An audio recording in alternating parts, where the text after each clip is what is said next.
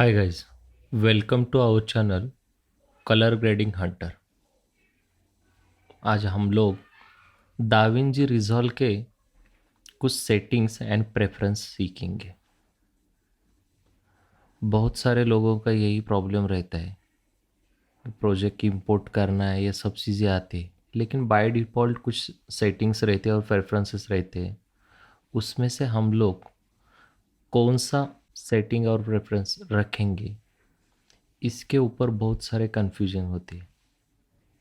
तो यही सब कन्फ्यूजन दूर करने के लिए आज हम लोग दाविंजी रिजॉल्व के प्रेफरेंस और सेटिंग्स देखेंगे। सो हम लोग अभी स्क्रीन पे देख रहे हैं दाविंजी रिजॉल्व है। मेरे पास कौन सा वर्जन है मैं आपको दिखाता हूँ। मेरे पास 18.1 है, जो कि लेटेस्ट शायद 18.1.2 है। मेरे पास 18.1 है। तो आप अपने हिसाब से थोड़ा बहुत इधर उधर चेंजेस हो सकते हैं, तो अकॉर्डिंगली आप उसके हिसाब से प्लान करिए, या फिर कुछ चेंजेस हो सकते हैं। चलो, सबसे पहले हम लोग दाविंजी रिजॉल्व पे क्लिक करेंगे और प्रेफरेंस में जाएंगे। ठीक है, तो ये कुछ आपको यूज़र इंटरफेस आएगा। ठीक है, तो सबसे पहले यहाँ पे लेफ्ट साइड में memory, GPU, media storage, decode option, video and audio IO, video plugin, audio plugin, control panel, general, internet account, advance, और यूज़र इसमें UI setting, project save and load, editing, colour, Fairlight, playback setting, control panel, media data. तो सबसे पहले हम लोग setting में जाएंगे और सबसे पहले ये देखेंगे। तो सबसे पहले वाला है मेमोरी एंड जीपीयू, जो कि आपके रैम और ग्राफिक कार्ड के बारे में यहाँ पे डिटेल्स है। जैसे कि मेरी रैम है 32 GB, जो कि लिमिटेड रिजॉल्व के लिए 24 GB और फ्यूजन के लिए 18 GB, ऐसा कुछ तो बाय डिफ़ॉल्ट है। यहाँ पे कुछ भी नहीं करना। नीचे जीपीयू कॉन्फ़िगरेशन, यहाँ पे भी कुछ मत करना। अगर एक्सटर्नल ग्राफिक कार्ड है जो कि विंडोज़ यूज़र है, उनके लिए यहाँ पे ऑप्शंस हो सकते हैं। मेरा यहाँ पे एप्पल M1 मैक्स का जो ग्राफिक कार्ड है वही है। ठीक है, तो यहाँ पे कुछ मत करो। मीडिया स्टोरेज कि जो कि पाथ है वो बाय डिफ़ॉल्ट है यूज़र, उसके आगे आपका यूज़र नेम और /MOV, तो ये बाय डिफ़ॉल्ट रहेगा। ठीक है, अभी ये पाथ के लिए क्या है कि जो कि आपके जो कैशे फाइल है ना, जो कैशे फाइल का एक पाथ है वो बाय डिफ़ॉल्ट ही रहने दीजिए, जो कि बेसिकली एसएसडी में होना चाहिए, वो याद रखिए। उसके बाद है ना डी कोड ऑप्शंस, यहाँ पे कुछ नहीं करना, एज इट इज़ रखना है, उसको भी कुछ मत करना। ठीक है, उसके बाद वीडियो एंड ऑडियो आयो, जो कि मैं बहुत सारे कलरिस्ट को बताता हूँ और बिगिनर को बताता हूँ कि आपको जो डेकलिंग कार्ड है, अल्ट्रा स्टूडियो कार्ड है, ये बेसिक कार्ड होना ज़रूरी है, ताकि आपके जो कलर शिफ्ट होते, गामा शिफ्ट होते आफ्टर द रेंडर, वो नहीं होना चाहिए। इसलिए आपके पास कोई अल्ट्रा स्टूडियो कार्ड या फिर आपके पास अगर विंडोज़ है तो डेकलिंग कार्ड होना ज़रूरी है। मेरे पास फुल एचडी है, 4K नहीं है, तो ये अल्ट्रा स्टूडियो मॉनिटर कार्ड है। अगर आपके पास वो कार्ड है तो यहाँ पे आपको वो सिलेक्ट करना है। अभी मैं यहाँ पे अल्ट्रा स्टूडियो कार्ड सिलेक्ट किया हो, जो कि ब्लैक मैजिक का है। ठीक है, यहाँ पे कुछ भी मत करना, यहाँ पे सिर्फ वीडियो आयो। अगर उनके साथ आपको अगर ऑडियो भी देना है तो ये ऑडियो की सेटिंग है, तो मेरे हिसाब से आप वीडियो तक ही रखिए। ठीक है, उसके बाद वीडियो प्लगइन्स, यहाँ पे प्लगइन्स है, जो कि आपके जो भी प्लगइन्स रहेंगे उसके हिसाब से। उसके बाद आपके पास ऑडियो प्लगइन्स, अगर ऑडियो प्लगइन्स कुछ रहेंगे तो ये यहाँ पे ऑडियो प्लगइन्स है, अगर थर्ड पार्टी रहेगी। ठीक है, तो ओके, ठीक है, और जो इनबिल्ड रहेंगे भी वो भी आपको यहाँ पे शो हो जाएंगे। ठीक है, उसके बाद आएगा कंट्रोल पैनल। यहाँ पे और अगर आपके पास कोई पैनल है तो यहाँ पे सिलेक्ट करना है, जो कि ये पैनल का लिस्ट है। Advance panel, mini panel, tangent का है, एविड का है, ऑक्सीजनेटेक का है। तो ये अगर आपके पास पैनल रहेगा ग्रेडिंग का तो आप यहाँ पे सिलेक्ट करना। उसके बाद जनरल, ये बहुत इम्पोर्टेंट है। जनरल टैब, जो कि आप अगर विंडोज़ यूज़र है और आपको मैक यूज़र है तो मैं आपको यहाँ पे थोड़ा सा बताऊंगा। बेसिकली मैक यूज़र रहेंगे तो यहाँ पे आपको टिक करना है, जैसे कि ये बाय डिफ़ॉल्ट ऐसे रहते हैं। ठीक है, तो मैक यूज़र रहेंगे तो आपको यहाँ पे भी टिक करना है और आपको यहाँ पे भी टिक करना है। उसका रीज़न है कि जो आपको जब आप रेंडर करते हैं या फिर एक्सपोर्ट करते हैं से वीडियो या फिर फिल्म जो भी है, उसके बाद आपका जो कलर है जो रिजॉल्व में दिखता था और एक्सपोर्ट करने के बाद दिखता है वो कुछ डिफरेंट आता है। उसकी वजह से यहाँ पे यूज़ मैक डिस्प्ले रखना है, और ये यहाँ पे 10 बिट और प्रिसाइसन। ठीक है, तो ये तीनों ऑप्शंस टिक रखना है। ये मैक डिस्प्ले ये सिर्फ मैक वालों के लिए आएगा, विंडोज़ वालों के लिए ये सिर्फ ऊपर वाला और शायद नीचे वाला आएगा। मैं अभी विंडोज़ का मशीन नहीं यूज़ करता हूँ इसलिए मुझे कुछ भी पता नहीं, लेकिन यहाँ पे शायद Rex 709 scene clip as Rex 709 A ऐसा आएगा। उसके बाद इंटरनेट अकाउंट, अगर आप डायरेक्टली काम कर रहे हैं और डायरेक्टली आपको वो वीडियो एक्सपोर्ट जो है वो डायरेक्टली आपको अगर जैसे कि यहाँ पे यूट्यूब है, वीमियो, ट्विटर है, ड्रॉपबॉक्स है, प्रेमा है, उसके ऊपर डायरेक्टली अपलोड करना है तो डायरेक्टली वहाँ पे आप डायरेक्टली अपलोड कर सकते हैं। तो मैं यहाँ पे कुछ भी डायरेक्टली अपलोड नहीं करता हूँ इसलिए वो मैं कुछ भी यहाँ पे साइनिंग नहीं है। एडवांस, एडवांस में कुछ भी नहीं। नेक्स्ट टैब में जाता हूँ यूज़र। अभी न्यू यूज़र का फर्स्ट मैं यहाँ पे ये करता हूँ यूआई सेटिंग। यहाँ पे बाय डिफ़ॉल्ट रखना है, कुछ भी नहीं करना, बेकार के बातें नहीं करना, इधर बेकार के सेटिंग्स नहीं करना। अगर आपके टेस्ट के हिसाब से करना चाहते हैं तो आप करो, लेकिन मैं सजेस्ट करूँगा कि यहाँ पे कुछ नहीं करना। उसके बाद प्रोजेक्ट सेव एंड लोड, ये बहुत इम्पोर्टेंट है, बहुत सारे लोग मिस करते हैं।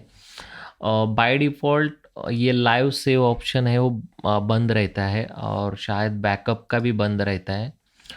तो बेटर वे है कि प्रोजेक्ट बैकअप सिलेक्ट करना है और लाइव सेव करना है। ठीक है, और प्रोजेक्ट बैकअप का लोकेशन है वो अपने हिसाब से सेव करना है। ठीक है, अभी बेसिकली क्या होता है कि कोई कोई बाय डिफ़ॉल्ट जो प्रोजेक्ट बैकअप लोकेशन रहता है वही आप कंटिन्यू करते, लेकिन मैं आपको सजेस्ट करना चाहता हूँ कि जो भी बैकअप लोकेशन है वो आप एक्सटर्नल एसएसडी में होना चाहिए, वो याद रखिए, ताकि अगर सिस्टम में कुछ प्रॉब्लम हो जाता है तो भी आपको प्रॉब्लम नहीं आएगा।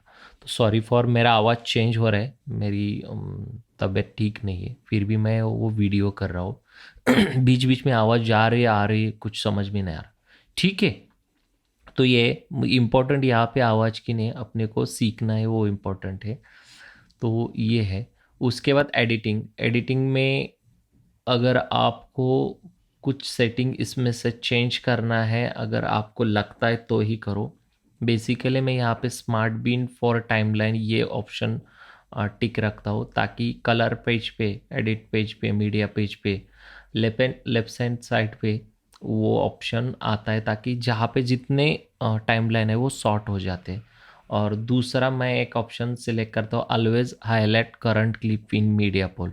मतलब मैं अगर एडिट पेज पे अगर कुछ एडिट कर रहा हूँ तो जहाँ पे मेरा प्लेबैक का जो कर्सर है वही क्लिप जो है वही मुझे मीडिया पेज में ऑटोमेटिकली शो होगा, हाईलाइट होगा, उसके लिए रखा।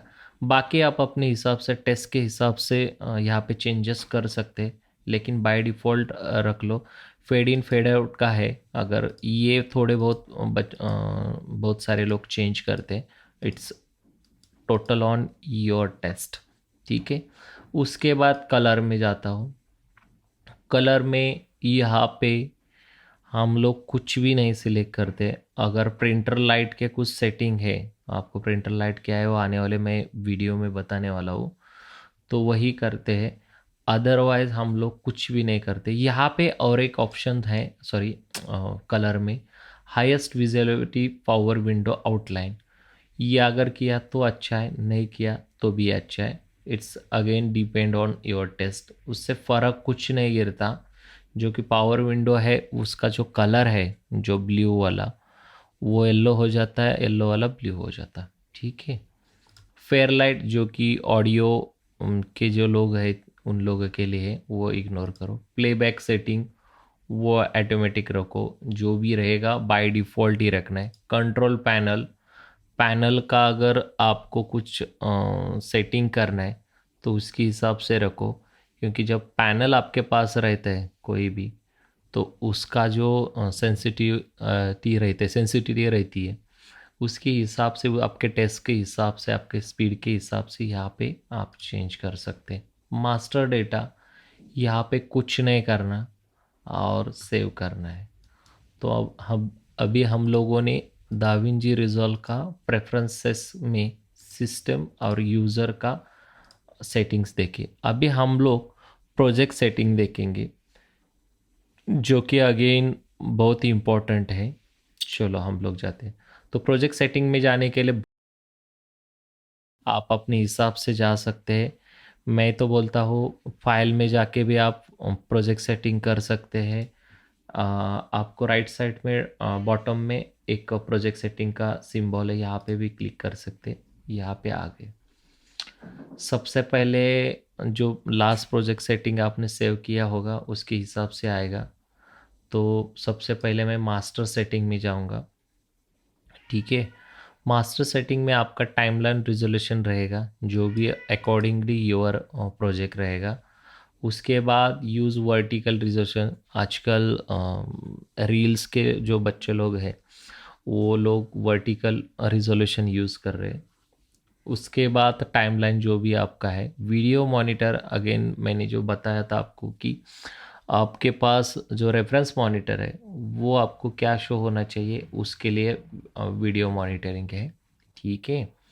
बाकी मीडिया कैशे, ये सब चीज़ें आपके हिसाब से आपके सिस्टम के अकॉर्डिंगली यूज़ करिए।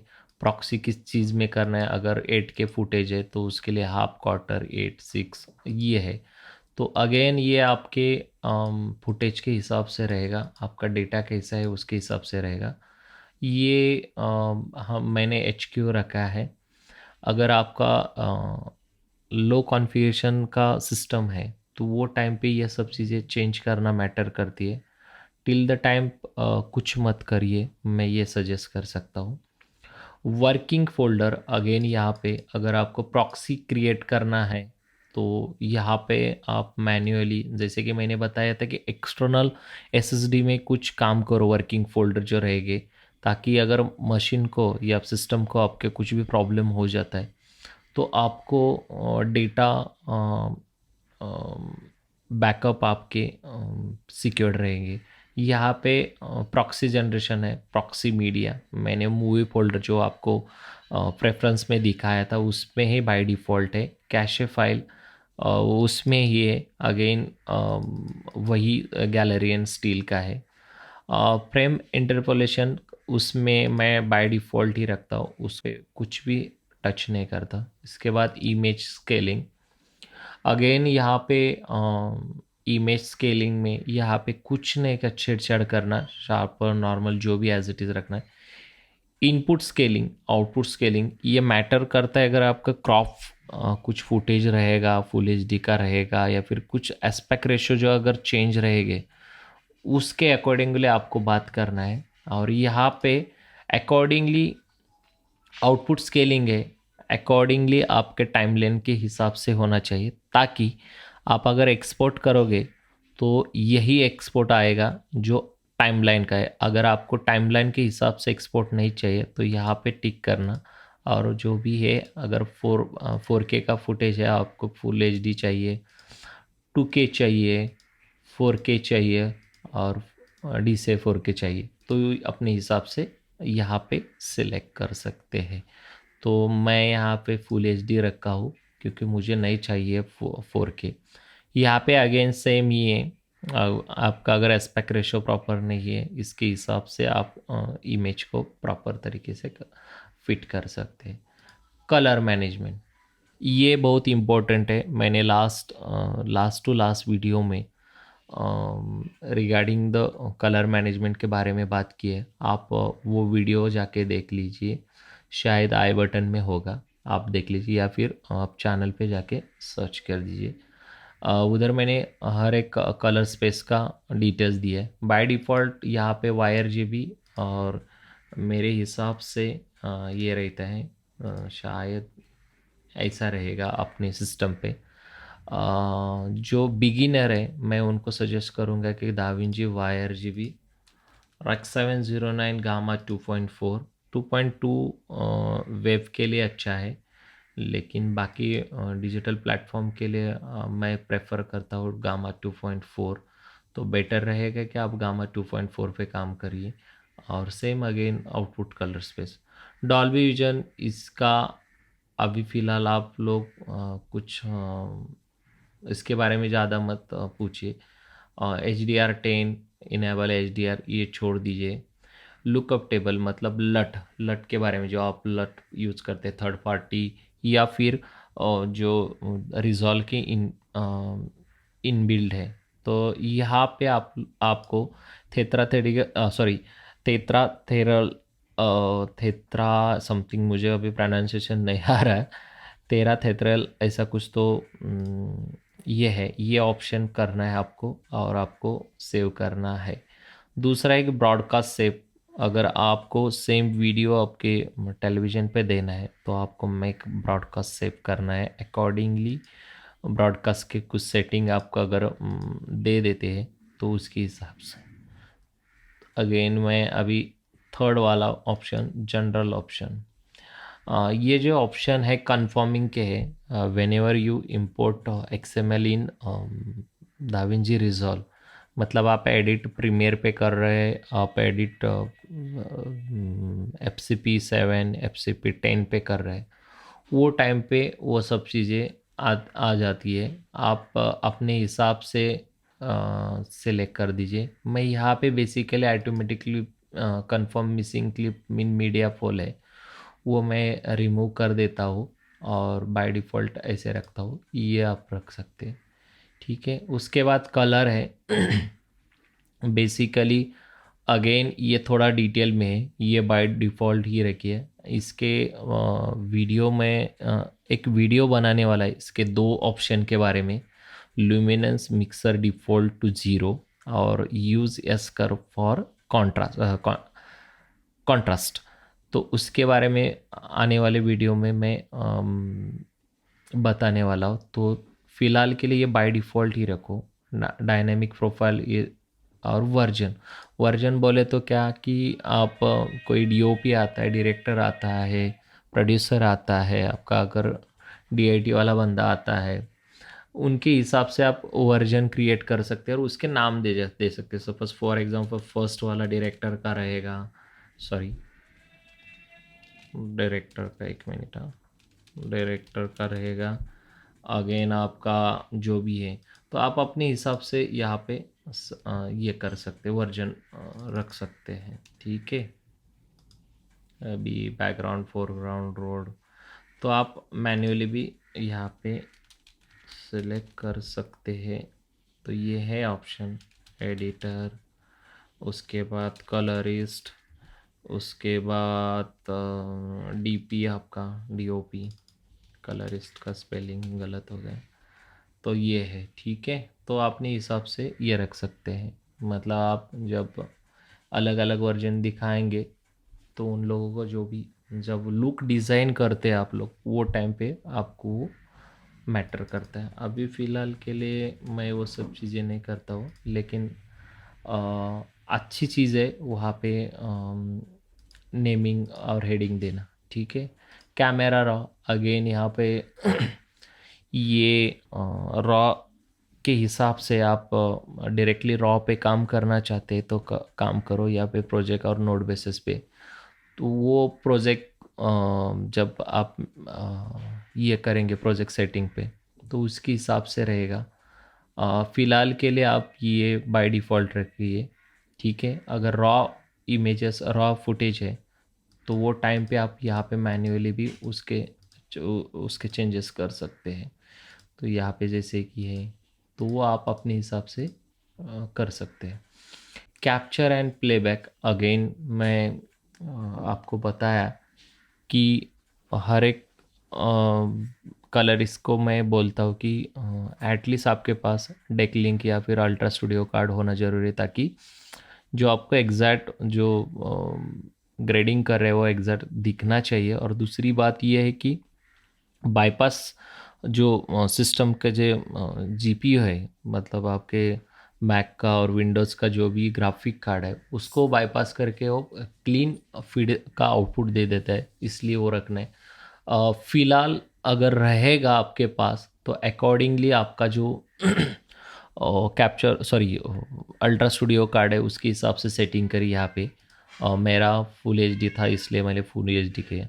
कैप्चर का, अगर कैप्चर डिवाइस आपके लिए आपके पास रहेगा तो ही यूज़ करें, उसको ज़्यादा मत छेड़छाड़ करिए, ठीक है। ये सिर्फ आपको वही है जो कि आईओ बॉक्स में रहता है कैप्चर में, डेक का।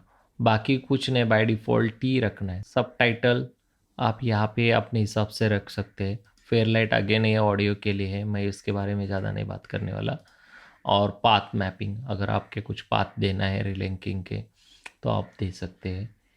तो ये सब सेटिंग्स है, बेसिक सेटिंग्स है। उसके बाद और एक सेटिंग है यहाँ पे, जो कि स्कोप की। यहाँ पे आप स्कोप ओपन कर दीजिए। मैं ये स्कोप ओपन करता हूँ, ठीक है।